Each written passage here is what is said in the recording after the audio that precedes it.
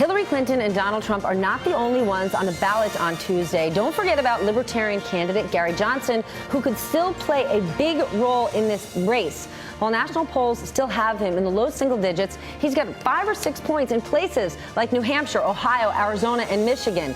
In each of those states, Johnson's number is larger than the gap between Donald Trump and Hillary Clinton. Libertarian presidential candidate, former New Mexico Governor Gary Johnson joins me now. Governor. Hey. Good morning. I want to go out of the theoretical and into reality. We're 2 days away. Can you acknowledge, accept you're not going to win this race? No, I'm in Chicago right now. The Cubs won the World Series, Stephanie, and you know what? 2 days from now, 20 days from now, 2 years from now, how did you vote in 2016? A vote for Johnson Weld, you're going to hold your head high. Okay, but you're talking about what you would say at a party and holding your head high. You got states like Ohio, New Hampshire, Michigan, Arizona. You could swing these states, not for yourself, but you could swing who ultimately wins those states, and it wouldn't be you. Oh, but to give people their first choice, where's the representation of Trump and Clinton?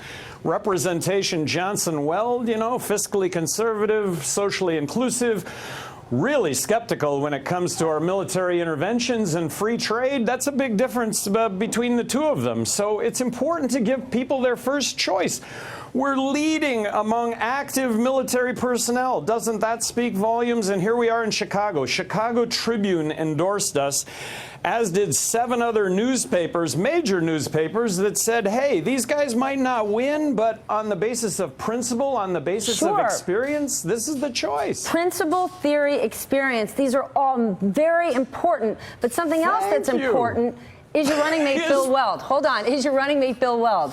He said on this network right here last week, when it came to the Democratic candidate, Hillary Clinton, he had a lot of good things to say. I just want to share it with you. Well, I'm here vouching for Mrs. Clinton, and I think it's high time somebody did, and I'm doing it based on my personal experience with her, and I think she's deserves to have people vouch for her other than members of the Democratic National Committee, so I'm here to do that. Okay, Governor. Your running mate, Bill Weld, is vouching for Hillary Clinton. Oh, he's really got it in for Trump. And you know what? Hillary, from the day that if she's elected, the day that she takes office, she's going to be under a drumbeat of impeachment. Whether or not the impeachment happens or not, it's going to be there for 4 straight years.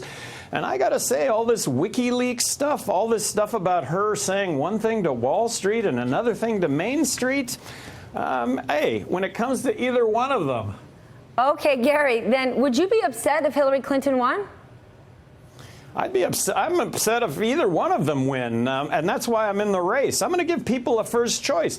Stephanie, why don't you take the theory that nobody that comes out to vote for us would have voted in the first place? We're giving people their first vote.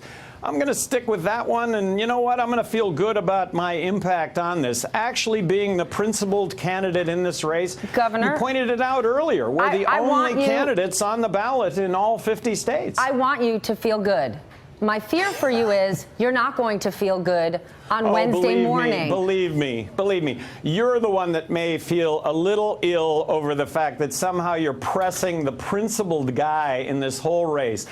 10 years in the future, when everybody's talking about the issues that Bill Weld and I are talking about right now, you're going to look back and go, gosh, why didn't I give that guy more attention?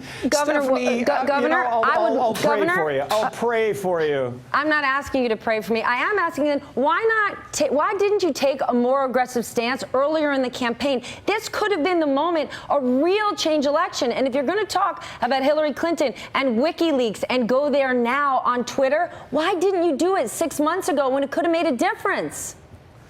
Well, amazingly, this is a story that's that's evolving, isn't it? I mean, Comey comes out and drops the investigation in July. Clearly principled on the notion that he didn't want this overhanging the election. But with just 11 days to go, I have to believe that there's something there. And then with regard to this WikiLeaks stuff and the Clinton Foundation and pay to play, really 6 months ago, this stuff wasn't out there like it has been evolving. So This is an evolving story, and I'm just surprised that you haven't done more than you've done. You bear responsibility for this also. We've done quite a lot, Governor. I just want to thank you for joining me today, and good luck on Tuesday. All right, thanks. All right, coming up.